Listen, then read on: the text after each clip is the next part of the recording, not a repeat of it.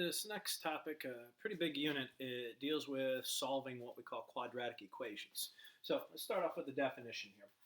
Say a quadratic equation is an equation that can be written in the form ax squared plus bx plus c.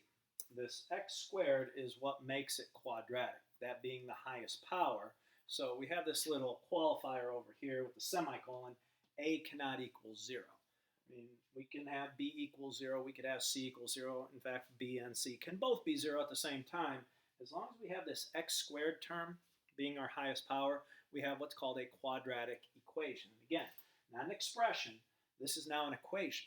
And the requirements on equations are in algebra that you need to solve them, right? And that's kind of the idea here. We're going to learn how to solve quadratic equations, or I should say refresh your memory on how to solve them. Okay, so some other features here. This guy right here, this ax squared, we call that the quadratic term, the one that contains that x squared. So a times x squared is the quadratic term. Bx is known as the linear term. And c, we could say it's the constant term, or just for short, we'll say it is the constant of your quadratic equation.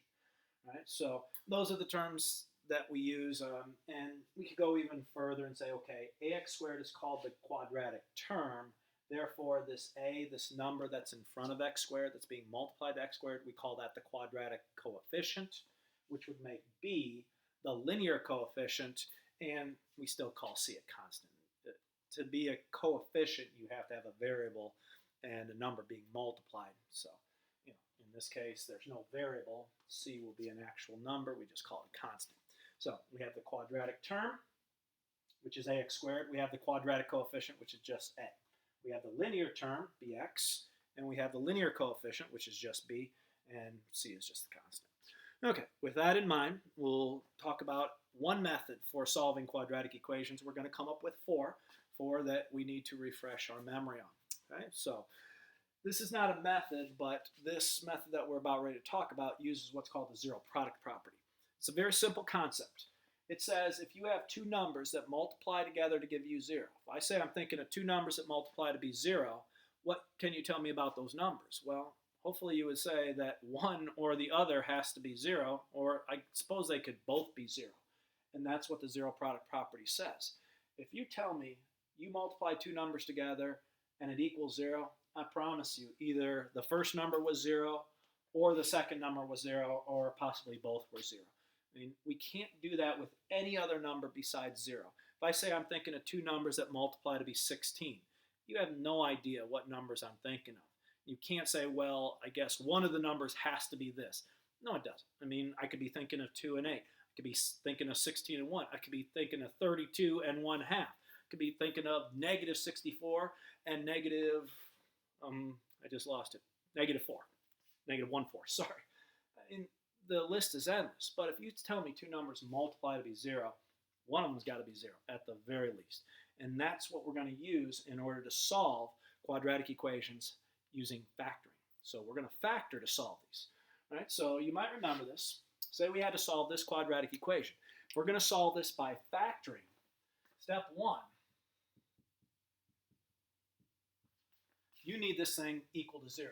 So let's say get equal to 0. Why? Because you're setting up this zero product property. So at the very least, it's got to be equal to 0. You want it looking like this. ax squared plus bx plus c equals 0. So that means we're going to have to move some terms. Looks like I'm going to have to subtract 12 from both sides, and I'm going to have to add x. Just move my terms around, and what I get is the quadratic equation, x squared. If I put this in the proper order, I would write plus x, my linear term next, and then minus 12 for my constant equals 0. This is the same equation as the original, but it's equal to 0, and this is so important that you do this first step. If it's not equal to 0, you got nothing. You got nothing. So when it's equal to 0, okay, we can do something with that. Now notice, we don't have two numbers multiplied to give us 0. We have this trinomial. Well, what does factoring do for us? Factoring turns polynomials like this trinomial into a product of two of its factors. So if we could factor this into two of its factors, in other words, two things that multiply together, and say, well, the product of those equals 0, then we're on our way. So step 2, this is the hardest step, by the way. You have to factor. Factor the quadratic equation. Now, let's just say the quadratic. Because we're factoring x squared plus x minus 12, which is a trinomial. It's not a perfect square trinomial. The greatest common factor is 1.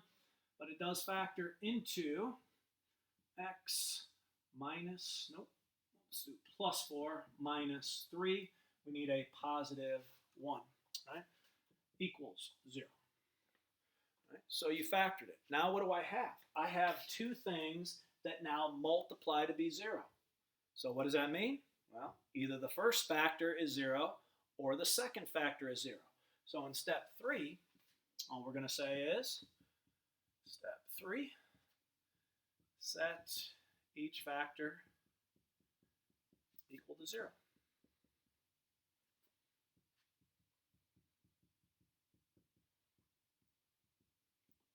All right, so you have two numbers that multiply to be 0. Well, great. Then I suppose x plus 4, the first factor, that could be 0, or the second factor, that could be 0. Now from there, what do you have? You have two very, very simple equations. So in step 4, to finish solving this using factoring or solving by factoring, just solve the equations you get. Say it that way. All we have to do is subtract 4. So x could be negative 4, or add 3. X could be positive 3.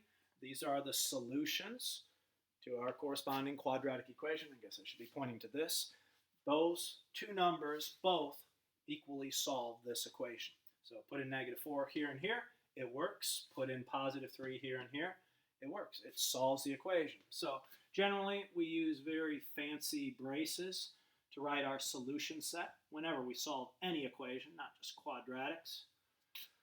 We use those fancy braces, not ordered pairs. That's systems of linear equations. We're talking about two separate solutions in our solution set. Right? So that's the process. And literally, step 2 is the toughest step, where you have to factor your polynomial. So step 1, you're getting it ready, has to be equal to 0. That's a requirement. Then you factor it, so now it's a times b equals 0. And then take each of those factors, set them equal to 0, solve your equation. You know, a lot easier said than done, but that's the process of solving by factoring. All right, well, let's take a look at some examples here. And again, you'll find the hardest step is the factoring. That is the key step, too. All right, so what we can do is try, let me try a couple others before we get to the real bad one. Okay, let's say we had something like 15x squared minus about equals 10x. Something weird like that. Right? Now, I know this is a quadratic equation because of the x squared. So if I'm going to solve this by factoring, my first step is subtract 10x. So I have 15x squared minus 10x is now equal to 0. Right? Step 2, I should write that. Step 1. Step 2, simple factoring process. Look for the most important type of factoring, that is GZF, always first. So your greatest common factor here looks to be 5x. We factor that out. We're left with 3x minus 2 equals 0. Set each factor equal to 0 in step 3. Because now you have two things, 5x and 3x minus 2, that multiply to be 0. So we would say, well, 5x could be 0, or 3x minus 2 could be 0. Solving the first one, I guess we're in step 4 now. Step 4, just divide by 5. We still get 0. Over here, we got to do two things, you know, add 2 to both sides, and then divide by 3. And we get the fraction 2/3. So formally, what is my solution set? It consists of 0 or 2. That solves our quadratic equation. So you can see this process. You should remember it, kind of refresh your memory. Why we need factoring? Well, factoring was important with rational expressions for simplifying.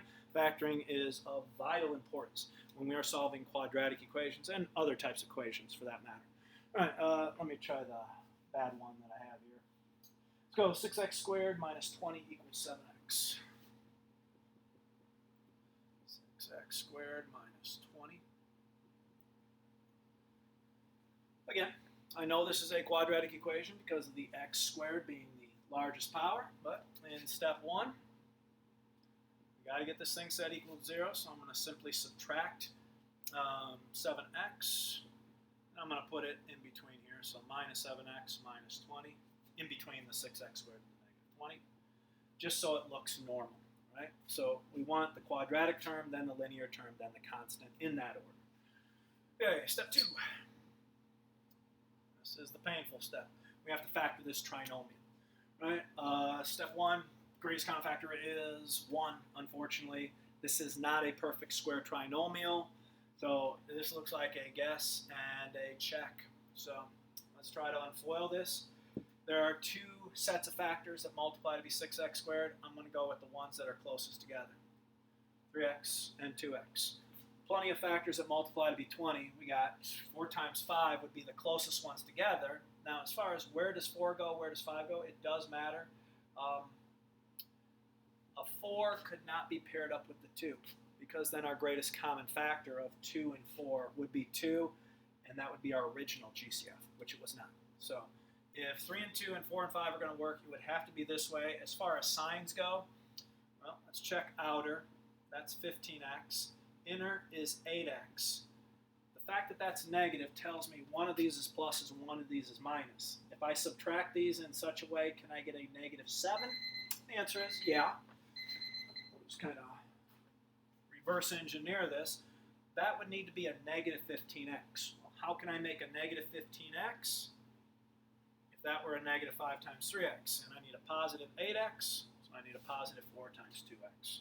All right, so in step 3, we'll set them equal. You can see it's all downhill from here. 3x plus 4 could be 0, or 2x minus 5 could be 0. Again, these are 2 steps to solving this here. Subtract 4, divide by 3, just finishing this off. You would get minus 4 thirds. Add 5, divide by 2. 5 halves. So negative 4 thirds, 5 halves for my solution set. All right, so that's solving by factoring.